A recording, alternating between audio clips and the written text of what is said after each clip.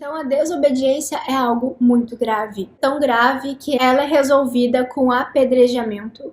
O único pecado na Bíblia que foi resolvido com apedrejamento foi o adultério, além da desobediência. Então, a desobediência aos pais é tão grave quanto o adultério. Meu nome é Victoria Busque e este é o último episódio da série Pecados. E hoje nós vamos estudar os pecados de conduta. Quais são os pecados de conduta, como vencê-los e quais são as consequências que eles provocam na nossa vida. Os pecados de conduta são comportamentos e atitudes que desagradam a Deus e frequentemente prejudicam o próprio indivíduo e as suas relações. Enquanto os pecados do ego são os pecados que a gente pensa e sente, os pecados de conduta são relacionados com a forma como a gente se comporta no mundo, ou seja, com o que a gente externaliza. Então, os pecados de conduta são desobediência aos pais, insensatez, prostituição,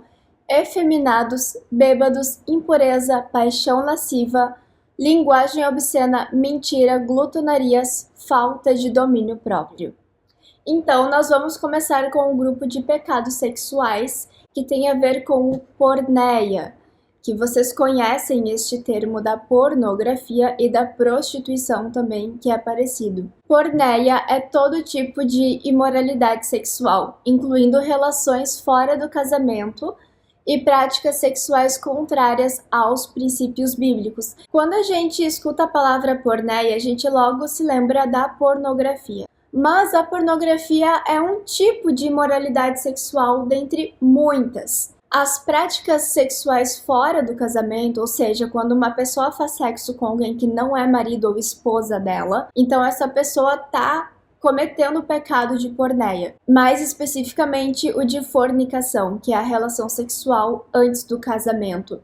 Ou também pode ser o adultério, que é uma relação sexual fora do casamento. E existem outras práticas sexuais também que são contrárias aos princípios bíblicos, como, por exemplo, a zoofilia ou a relação com crianças. Outra palavra usada para falar sobre este pecado na Bíblia é zenut, que daí é a tradução em hebraico. Frequentemente denota prostituição ou comportamento sexual imoral. Então, de novo, não é só prostituição. Também associado ao afastamento espiritual de Deus para outros deuses, simbolizando a infidelidade. Então, em hebraico, a prostituição tem um sentido mais profundo ainda. Nós entendemos que a igreja é a noiva de Cristo. E se a igreja é a noiva de Cristo, nós devemos ser fiéis a Cristo. Quando a gente começa a blefar com outras religiões, a frequentar outras religiões, então nós estamos adulterando ou nós estamos nos prostituindo. Por que isso é considerado prostituição? Porque geralmente quando a pessoa não encontra na religião dela o que ela quer,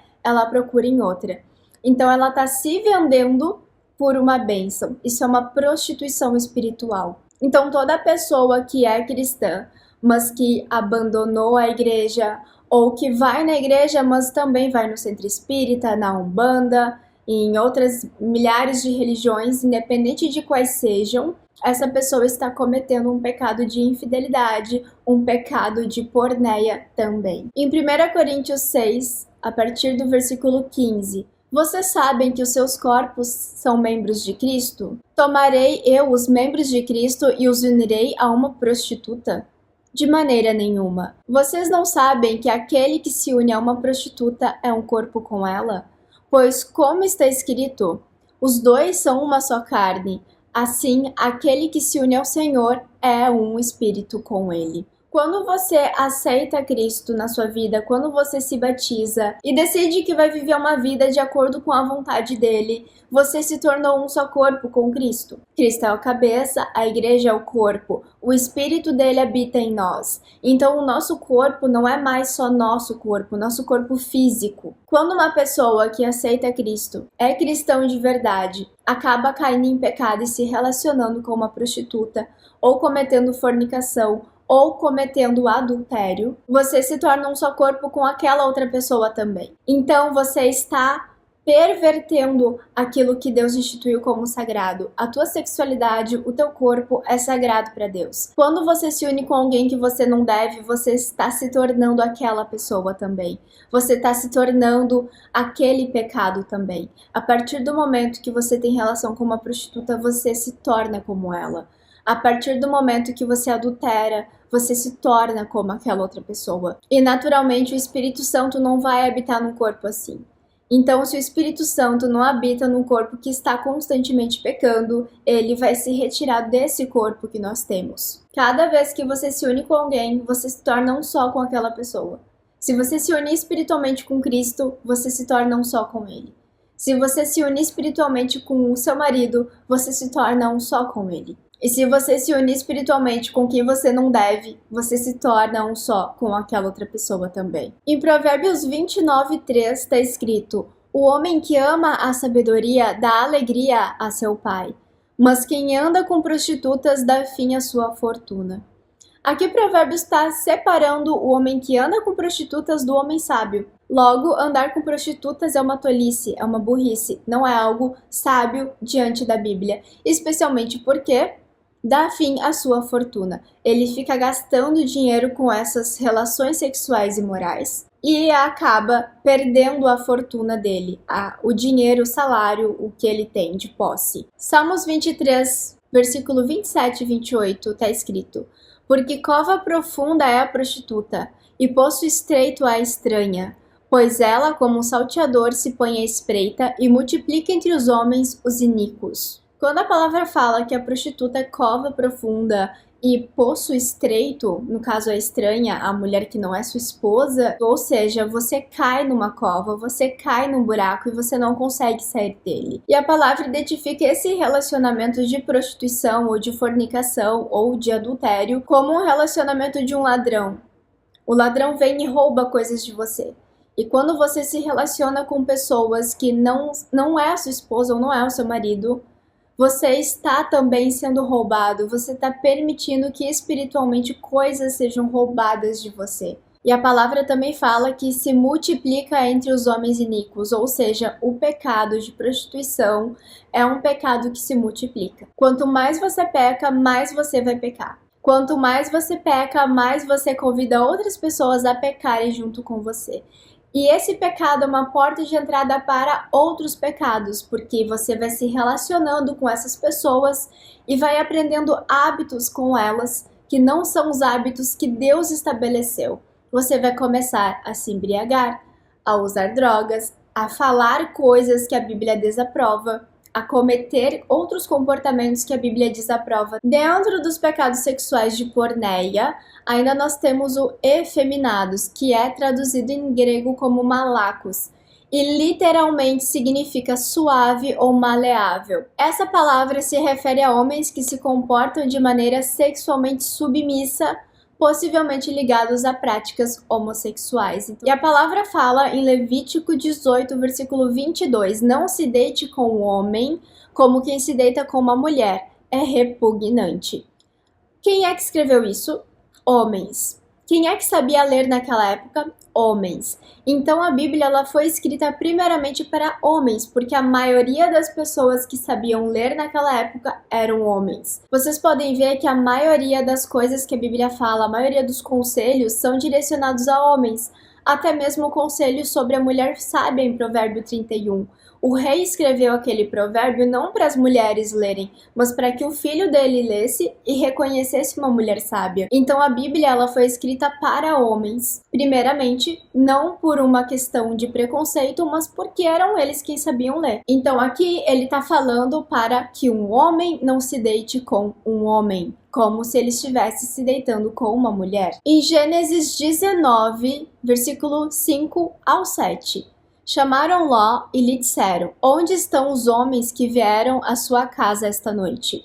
Aqui está contando que Ló recebeu visitas naquela noite. Traga-os para nós aqui fora, para que tenhamos relações com eles. Ló saiu de casa, fechou a porta atrás de si e lhes disse: não, meus amigos, não façam essa perversidade. Antigamente, a relação sexual era muito comum entre homens e homens. Era normal. Acontecia na sociedade. Muita gente fala assim: a Bíblia diz que isso é errado porque naquela época era errado. Não, naquela época não era errado. Socialmente, naquela época, esse tipo de relação sexual era totalmente aceito, feito livremente e ninguém tinha vergonha. Mas a palavra de Deus, desde uma época em que aquilo acontecia de forma natural, normal, espontânea, tá dizendo que aquilo não deve acontecer. E aqui ele tá falando também de outro tipo de perversão sexual, que é forçar alguém a ter relações com você. Aqui fala: traga-os para nós aqui fora para que tenhamos relações com eles. Então, isso era uma relação forçada. Tinham vários homens na porta, chamando um convidado para que eles tivessem relações com aquele um convidado. Então, esse comportamento sexual na época em que a Bíblia foi escrita, essa parte da Bíblia, era normal. Era algo aceitável, tolerável socialmente, tanto com homens quanto com mulheres. O outro pecado que também entra na ideia do porneia é a impureza. Akatarsia, em grego, denota toda forma de contaminação moral e impureza, especialmente em relação ao corpo e à alma, mas principalmente em relação ao corpo. Na maioria das vezes que essa palavra foi usada na Bíblia, estava se referindo à impureza física. Olha em Colossenses 3:5. Assim, façam morrer tudo o que pertence à natureza terrena de vocês: imoralidade sexual, impureza, paixão, desejos maus e ganância, que é idolatria. Então, a impureza a Bíblia traz aqui como uma obra da carne, é algo que é terreno. A nossa natureza por si só deseja cometer atos que são impuros, mas a Bíblia está falando que mesmo que a nossa natureza terrena queira, mesmo que pareça algo natural fisicamente para nós, ainda assim é pecado. Uma coisa ser natural não significa que deva ser tolerada. Uma coisa ser natural não significa que é certa. Então, você sentir atração sexual por outra pessoa é natural. O seu corpo vai sentir, a sua mente vai sentir, você vai desejar aquela pessoa, mas isso não significa que você tem o direito de fazer isso. Isso não significa que é certo você fazer isso. E eu atendo muitas mulheres e muitos homens e vários casos de adultério. O que as pessoas mais falam na clínica é: eu não acho que eu estou errada porque eu estou apaixonada. Eu não acho que eu estou errada porque é algo natural, não eu que planejei. Você não planejou, é natural, é desejo do seu corpo, porém, isso não torna certo ou justo o que você faz. Então, se render à sua carne não é algo que você justifique diante de Deus. Outro pecado sexual também, dentro dos pecados de porneia, é a luxúria ou a paixão lasciva, que é a mesma coisa. Ela é traduzida como patos no grego, e é a mesma terminologia usada para falar de patologia na medicina ou na psiquiatria. Geralmente traduzido como paixão ou desejo descontrolado, em contexto de desejos intensos e desordenados, especialmente de natureza sexual. Vamos ler então o que a palavra fala sobre patos. Mateus 5:28. Mas eu digo: qualquer que olhar para uma mulher e desejá-la já cometeu adultério com ela em seu coração. O desejo descontrolado ou desordenado é um pecado. Nós devemos ter domínio próprio, porque nós temos o Espírito Santo conosco. E o Espírito Santo nos garante os frutos do Espírito, e um deles é o domínio próprio. Então, nós como cristãos, quando estamos nos deparando com tentações, a nossa postura deve ser uma postura cristã. A gente não deve ficar imaginando aquilo acontecendo na nossa mente e pensando: ai, mas eu não estou fazendo, então tá tudo bem. Não, não tá tudo bem. Se você permitiu que o pecado entrasse na sua mente, você permitiu que ele entrasse em você. Quando a gente precisa lidar com algum tipo de tentação, a gente deve orar. A gente deve buscar em Deus. A gente deve afastar a tentação da nossa vida. Antes de Cristo, era dito que se você cometesse adultério, você estava pecando. Agora, basta você desejar, basta você ficar sonhando com aquela pessoa, basta você ficar pensando, e aí sim você já está adulterando. Então, é espiritual. Nós devemos ter controle sobre a nossa mente. Nós devemos ter controle sobre o nosso coração. E nós só conseguimos fazer isso quando nos colocamos diante de Cristo. Quando colocamos a nossa vida, a nossa intimidade completa diante do Pai. E aí sim Ele pode entrar e nos fortalecer, nos ensinar a lidar com tudo o que acontece. E dá para entender aqui também que a própria pornografia é uma paixão lasciva, porque a pessoa tá lá o tempo inteiro olhando aquilo, desejando aquilo, se envolvendo emocionalmente com aquilo mesmo que não esteja praticando um ato sexual em si. Outro pecado de conduta são os pecados de excesso. E daí nós começamos com a embriaguez, e a palavra fala que são os bêbados. Ai dos que são campeões em beber vinho e mestres em misturar bebidas. Isaías 5:22. Campeões em beber vinho são as pessoas que bebem muito vinho e que se orgulham disso. E mestres em misturar bebidas. Por que misturar bebidas é um problema? Porque isso deixa a bebida mais alcoólica. Então a pessoa vai misturando bebidas, isso é muito comum no Brasil hoje. A gente vai misturando gin com não sei o que, com rum, com um monte de coisa. E daí tem uma bebida lá super forte e a pessoa bebe e ela se embriaga com aquilo. Em Provérbios 20, versículo 1, o vinho é zombador e a bebida fermentada provoca brigas. Não é sábio deixar-se dominar por eles. Aqui a Bíblia aponta quais são os riscos da bebida. Ele é zombador, ou seja, a pessoa fala um monte de bobagem. A bebida provoca as brigas. Quantas vezes a gente não vê nas notícias homens que chegaram em casa bêbados e bateram na esposa? Quantas vezes a gente não vê notícias de briga de bar que acabou com morte, com esfaqueamento e um monte de coisas horríveis acontecendo? E a pessoa que se deixa dominar por ela não é sábia. Então o problema aqui está em deixar-se dominar pela bebida, pelo álcool. Em Abacuque 2,15 está escrito: ai daquele que dá bebida ao seu próximo, misturando-a com seu furor, até que ele fique bêbado para lhe contemplar a nudez. Isso é outra coisa que a gente vê até hoje acontecendo, principalmente em baladas. Quantas pessoas embriagam alguém para poder ter relação com ela depois? A maioria dos primeiros encontros sempre tem bebida. Por quê? A pessoa tem planos para a noite, tem planos para o que vai acontecer depois do jantar. Aqui a palavra não está falando somente de quem bebe, a palavra está falando de quem induz o outro a beber também. O álcool rouba o nosso domínio próprio e ele geralmente está relacionado com coisas ruins. Ele está relacionado com brigas, com porneia e com outros problemas. O outro pecado de excessos, que não é muito diferente do da embriaguez, é o da glutonaria, mas a maioria das pessoas escolhe ignorar esse pecado e continuar glutão. Em Filipenses 3,19 está escrito: o destino deles é a perdição, o seu Deus é o estômago, e eles têm orgulho do que é vergonhoso, só pensam nas coisas terrenas. A pessoa que é glutona, que é a pessoa que come demais, ela tá pensando somente no seu próprio prazer. Por isso, essa pessoa também tá idolatrando o próprio corpo. Não é como as pessoas, por exemplo, que ficam viciadas em cirurgias plásticas, mas ela tá idolatrando com a comida, com o prazer, não com a aparência. E a palavra diz que a glutonaria é uma coisa vergonhosa.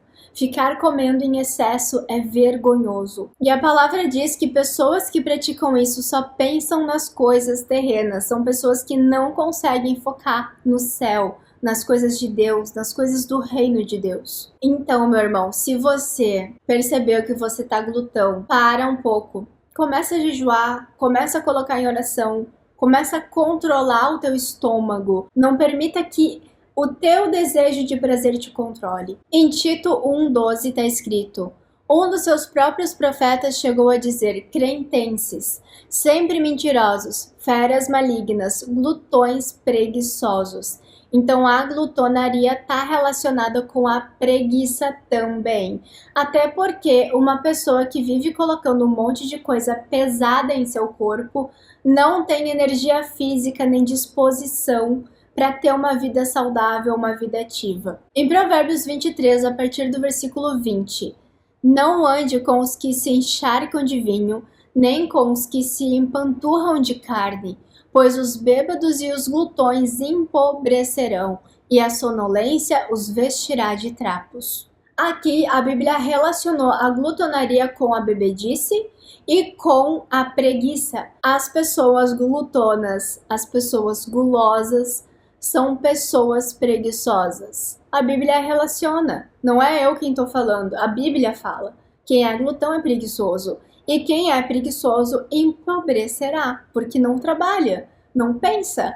Essa pessoa está mais preocupada nos prazeres da carne, nos prazeres do corpo dela, do que em realizar coisas que são importantes para a vida dela. Todas as pessoas que eu atendi que tinham problemas de obesidade ou de glutonaria, como a palavra fala, eram pessoas que tinham baixa autoestima e que só encontravam prazer na comida. Elas não conseguiam encontrar prazer em outra coisa. Então elas acabavam tratando a comida de fato como se fossem o próprio Deus, o estômago como o próprio Deus, como a Bíblia fala, porque se o estômago estivesse feliz, elas estariam satisfeitas. Mas a palavra fala que nós devemos buscar a nossa satisfação e alegria no Senhor, não na comida. O próximo pecado de excessos é falta de domínio próprio, que eu já comentei antes, mas vamos entender melhor o que Deus fala sobre isso. Em Provérbios 25, 28 está escrito: como a cidade com seus muros derrubados, assim é quem não sabe dominar-se. Antigamente, as cidades, especialmente lá da região de Israel, da Arábia, do Iraque, toda aquela região lá, tinham muros muito grandes, porque eles viviam em uma região deserta. Então, a única coisa que podia proteger a cidade eram muros. Nesses muros, as pessoas construíam torres de vigia para que a cidade fosse avisada caso algum invasor tentasse atacá-la. Então, o muro era o único meio de proteção de uma cidade. Quando você perde o seu domínio próprio, é como se você perdesse a sua proteção. Você se torna vulnerável a todos os ataques que possam vir de fora. Por exemplo, num problema tradicional, num problema comum do casamento. Você e o seu marido ou você e a sua esposa estão discutindo. Se você não tem domínio próprio, facilmente você vai cair em pecado, porque basta aquela pessoa falar sobre uma coisa que te ofende e você perde totalmente o controle. Cada vez que você perde o controle, você peca. E cada vez que você peca, você se torna mais parecido com o diabo e menos parecido com Deus. E essa é a tua vulnerabilidade. Esse é o ataque que te atinge. Mesmo que você sinta que você venceu a briga, espiritualmente você perdeu. Em 1 Tessalonicenses 4, a partir do versículo 4, está escrito: cada um saiba controlar o seu próprio corpo de maneira santa e honrosa, não dominado pela paixão de desejos desenfreados, como os pagãos que desconhecem a Deus. Não se controlar é coisa de quem não conhece a Deus. O cristão, ele tem obrigação de ter domínio próprio. Ele tem obrigação de se controlar. Não aceite o seu descontrole. Se você não tem controle quando você for discutir com alguém, se você não tem controle sobre a sua boca, seja para falar, para beber ou para comer, deve lutar para que você receba esse domínio próprio de Deus. Você deve fazer o que você puder para manter o controle sobre si mesmo. E a pessoa sábia é a pessoa que se domina, é a pessoa que consegue ter esse controle. Você pode ser uma pessoa muito inteligente, mas se você não consegue dominar a si própria no momento em que está lidando com conflito, então você não é sábia. O tolo dá vazão à sua ira, mas o sábio domina-se, está escrito em Provérbios 29, 11. Em Romanos 14, versículo 2 e 3. Um crê que pode comer de tudo, já o outro, cuja fé é fraca, come apenas alimentos vegetais. Aquele que come de tudo não deve desprezar o que não come, e aquele que não come de tudo não deve condenar aquele que come, pois Deus o aceitou. A Bíblia está falando aqui das pessoas que seguiam ainda algumas tradições da lei. As pessoas já estavam indo na igreja cristã naquela época, eles já congregavam. Essa é uma carta do apóstolo Paulo para uma igreja, para a igreja de Romanos. E essas pessoas, mesmo sendo cristãs, mesmo acreditando em Cristo, elas optaram por guardar algumas tradições judaicas. E uma dessas tradições judaicas que as pessoas guardavam era a tradição de cuidar muito o que come. Os judeus não comem porco, não comem camarão, não comem uma série de comidas. E eles estavam mantendo esse padrão, entendendo que Deus os julgaria pela forma como eles comiam. E aqui o apóstolo Paulo fala que quando a gente se limita demais, a gente também tem pecado. Deus nos permite comer de tudo e beber de tudo, desde que nós saibamos qual é o nosso limite. desde que a gente tenha domínio próprio. Então, se tem alguém que parou de beber álcool, por exemplo, você não julga aquela pessoa. Ela parou porque ela quis parar e ela tem as suas próprias razões. E se você é um cristão que bebe álcool, aquela pessoa que não bebe não deve te julgar por você beber. Agora, se você se embriagar, é outra história. Em Marcos 7, 18 e 19 está escrito: será que vocês também não conseguem entender? Perguntou-lhes Jesus. Não percebem que nada que entre no homem pode torná-lo impuro? Porque não entra em seu coração, mas em seu estômago, sendo depois eliminado.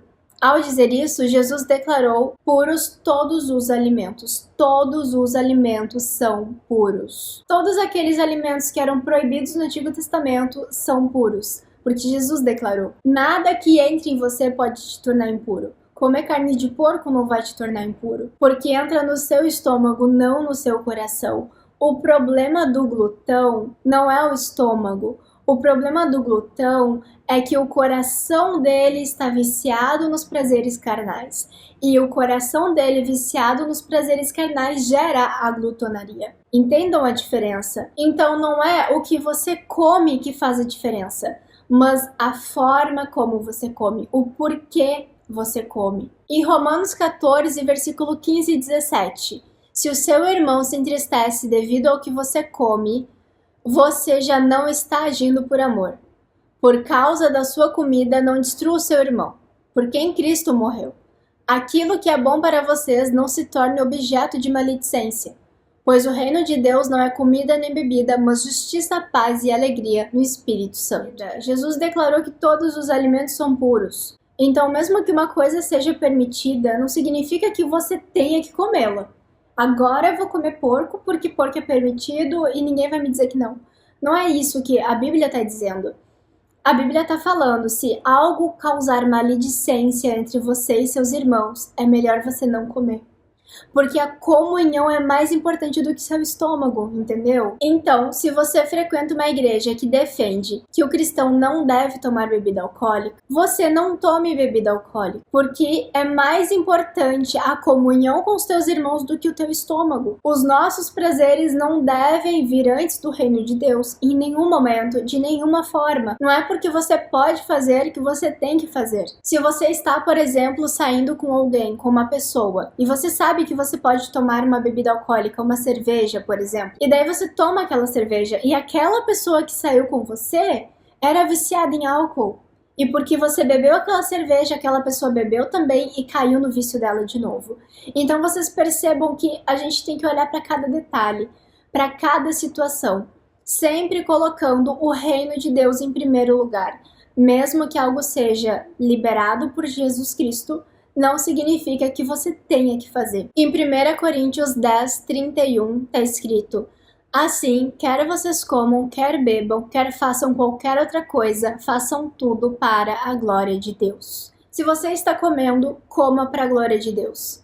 Se você está jejuando, jejue para a glória de Deus. Se você está bebendo, beba para a glória de Deus. A gente precisa avaliar a circunstância que nós estamos vivendo, também o desejo do nosso coração. É isso que vai tornar algo ou não pecaminoso, não é a comida em si, a bebida em si. Em Romanos 14, versículos 6 e 7.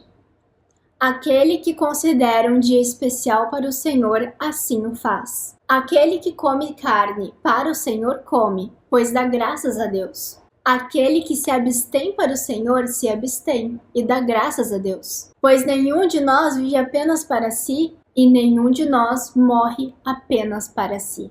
O nosso corpo deve servir a Deus. Simples assim.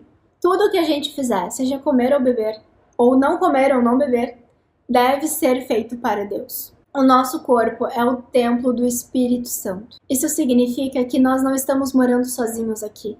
Tem alguém morando com a gente. E nós devemos respeitar esse alguém, tratando o nosso corpo muito bem e também direcionando tudo que nós fazemos para Deus. Em 1 Timóteo 5:23, não continue a beber somente água, tome também um pouco de vinho por causa do seu estômago e das suas frequentes enfermidades. Por que que ele falou aqui para a pessoa que estava doente tomar vinho pela enfermidade. Antigamente as pessoas misturavam vinho com ervas, que eram como se fosse um chá, e também eles misturavam esse vinho que já tinham as ervas com um pouco de água para ele ficar menos alcoólico e mais medicinal. Então eles não bebiam vinho somente para se divertir, somente para se embriagar, somente para comemorar.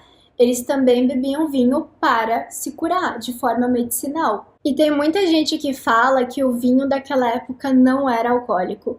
Isso é uma mentira. O vinho daquela época era alcoólico, porque existe álcool etílico na uva que vem com a fermentação. Então, a fermentação em si produz o álcool. O álcool não é uma coisa que eles derramam dentro do vinho. É algo que é produzido pela própria uva durante a fermentação. Então, não existia vinho que não era alcoólico. Tem gente que fala que é suco de uva. Mas a palavra de Deus não fala em suco, a palavra de Deus só fala em vinho. E a mesma palavra que é descrita para falar de vinho em 1 Timóteo é escrita para falar de vinho em Efésios 5,18.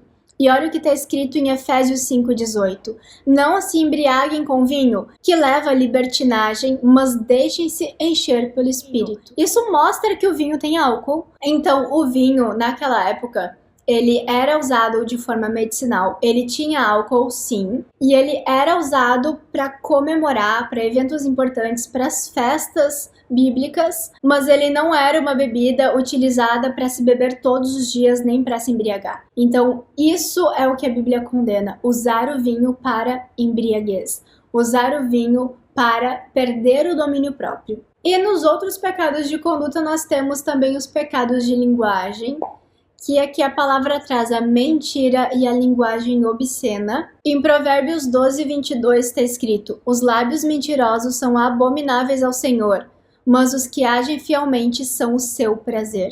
A mentira está totalmente relacionada com a infidelidade, porque se você não é fiel no seu cotidiano, com as coisas simples da vida, com as coisas materiais e com os relacionamentos entre pessoas, como você vai ser fiel com Deus? Em Efésios 4:29 está escrito: não saia da vossa boca nenhuma palavra torpe, mas só a que for útil para a edificação, conforme a necessidade, para que conceda graça aos que a ouvem.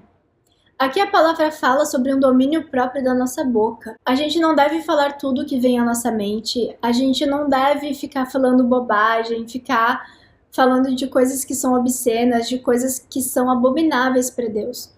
A nossa palavra, ela tem que ser uma palavra de edificação, uma palavra de sabedoria. Quando as pessoas ouvirem a gente falar, elas precisam entender que aquela palavra é uma palavra boa, é uma palavra que vem de Deus. Em Efésios 5:4 está escrito: nem obscenidade, nem conversas tolas, nem gracejos imorais que são inconvenientes, mas ao invés disso, ação de graças. Essas palavras, essas piadinhas, essas brincadeirinhas são inconvenientes.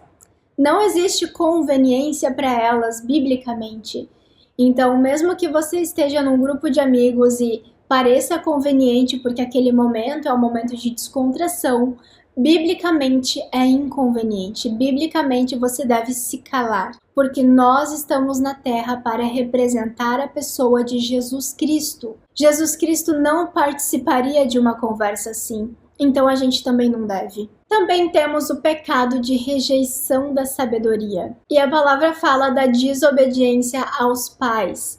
Aqui está escrito: honra teu pai e tua mãe, para que se prolonguem os teus dias na terra que o Senhor teu Deus te dá. Honrar pai e mãe, obedecer pai e mãe, tratar bem os nossos pais, é acompanhado de uma promessa de vida longa. Em Deuteronômio 21, 18 e 21 está escrito: se alguém tiver um filho teimoso e rebelde, que não obedeça à voz do seu pai, nem a de sua mãe, e ainda que o castiguem, não lhe dê ouvidos, então seu pai e sua mãe o pegarão e o levarão aos anciãos da cidade. Todos os homens da sua cidade o apedrejarão até que morra. Assim eliminarás o mal do meio de ti, e todo Israel ouvirá isso e temerá.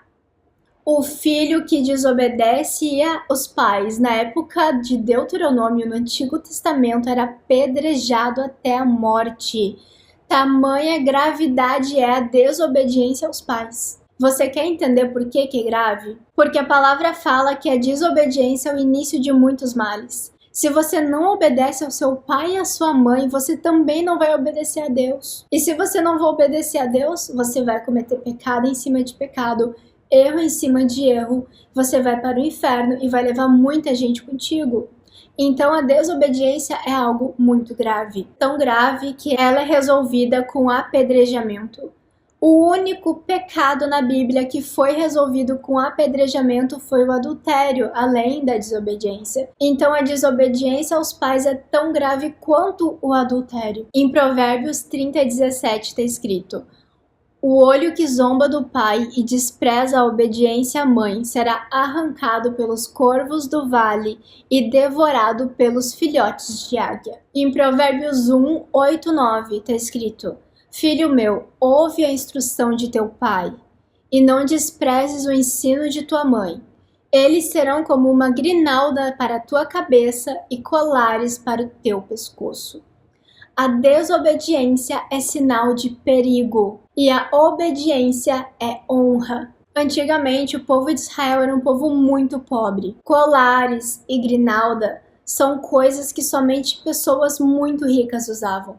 Somente pessoas que viviam no luxo poderiam ter. E a palavra de Deus fala que a obediência aos pais é como colares e grinalda, ou seja, é muita honra. O outro pecado de rejeição da sabedoria é a insensatez, que também é traduzida como loucura ou tolice. É a mesma palavra. Em Provérbios 1:7 está escrito: o temor do Senhor é o princípio do conhecimento, mas os insensatos desprezam a sabedoria e a disciplina.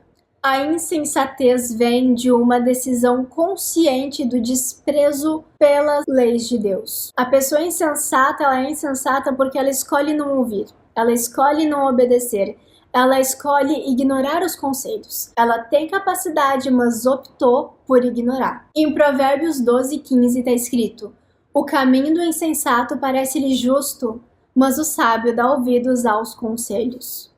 Então, quando você age de acordo com o que você quer, sem orientação bíblica, sem orientação dos nossos pais, você está sendo insensato. Você pensa que as tuas decisões vão te levar para um bom lugar, mas a palavra de Deus fala que parece justo, mas não é justo. Em Provérbios 14:16 está escrito: o sábio é cauteloso e desvia-se do mal, mas o insensato é imprudente e sente-se seguro. Então o insensato, ele está sempre sentindo que ele tem razão. Ele está sentindo que ele sabe o que fazer, ele vai se virar sozinho, ele não precisa de ninguém. A palavra de Deus fala que esse é o erro dele. Em Gálatas 5:16 está escrito: por isso digo, vivam pelo Espírito e de modo nenhum satisfarão os desejos da carne.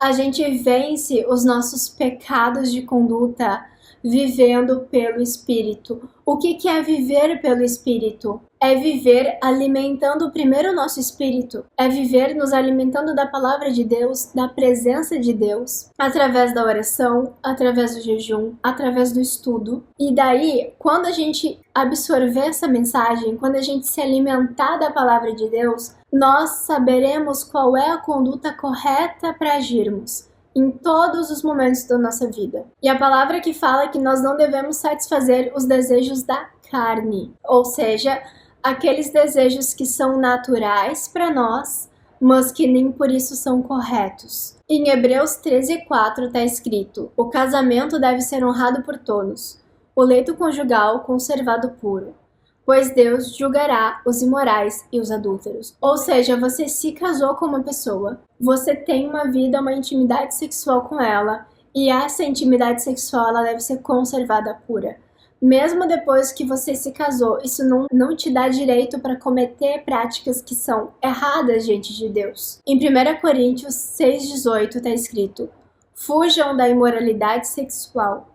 Todos os outros pecados que alguém comete fora do corpo os comete, mas quem peca sexualmente peca contra o seu próprio corpo. Romanos 13:13 está escrito: comportemo-nos com decência, como quem age à luz do dia, não em orgias e bebedeiras, não em imoralidade sexual e depravação, não em desavença e inveja.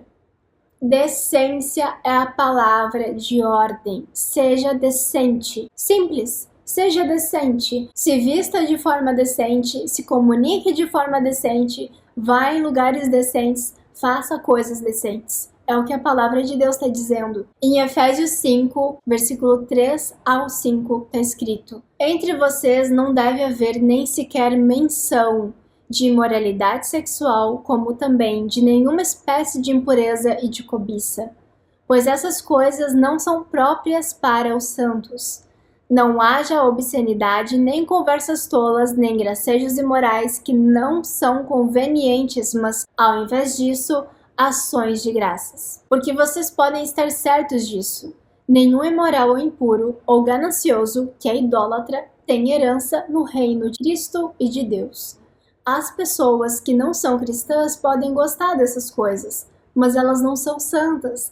Elas não estão buscando a santidade. Elas não estão buscando a vida eterna. Se você quer a vida eterna, você precisa fazer as coisas que são próprias para os santos. Se você quer ser filho de Deus e morar no reino de Deus, você deve se comportar como um filho de Deus. Efésios 5:18 está escrito: não se embriaguem com vinho, que leva à libertinagem, mas deixem-se encher pelo Espírito. Enquanto as pessoas buscam os prazeres carnais, os prazeres físicos, nós devemos buscar o Espírito de Deus. Enquanto muita gente está preocupada em encher o estômago, a gente está preocupado em encher o nosso espírito com mais de Deus.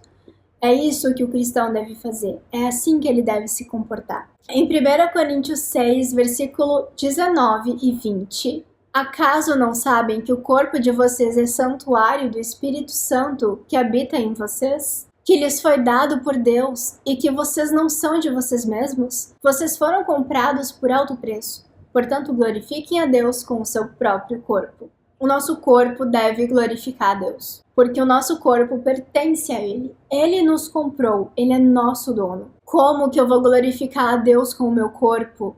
Agindo de forma decente, cuidando da minha alimentação, cuidando do que eu ingiro no meu corpo, fazendo atividade física, me preocupando com a minha saúde. Quando eu cuido do meu corpo, quando eu me importo com o meu corpo, quando eu me importo com a forma como o meu corpo se apresenta às outras pessoas, eu estou glorificando a Deus com o meu corpo. Então a tua conduta pode glorificar a Deus ou envergonhar a Deus. E aí, meu irmão, é você que vai decidir como você vai agir. A palavra de Deus já te mostrou o que é errado e o que é certo, o que você pode e o que você não pode fazer. A palavra de Deus também já te mostrou que nenhuma tentação é maior do que aquela que nós podemos suportar. Então, se você está caindo em tentações, se você está fraquejando o tempo inteiro, você precisa olhar para si mesmo, buscar mais de Deus, dar mais ações de graças e viver mais em espírito. Esse é o nosso último vídeo da série Pecados. Não esquece de curtir o vídeo, isso vai ajudar mais pessoas a terem acesso a esse conteúdo. Também siga o canal se você ainda não segue e comenta aqui embaixo o que você achou desse devocional. A gente se vê no próximo vídeo. Até breve!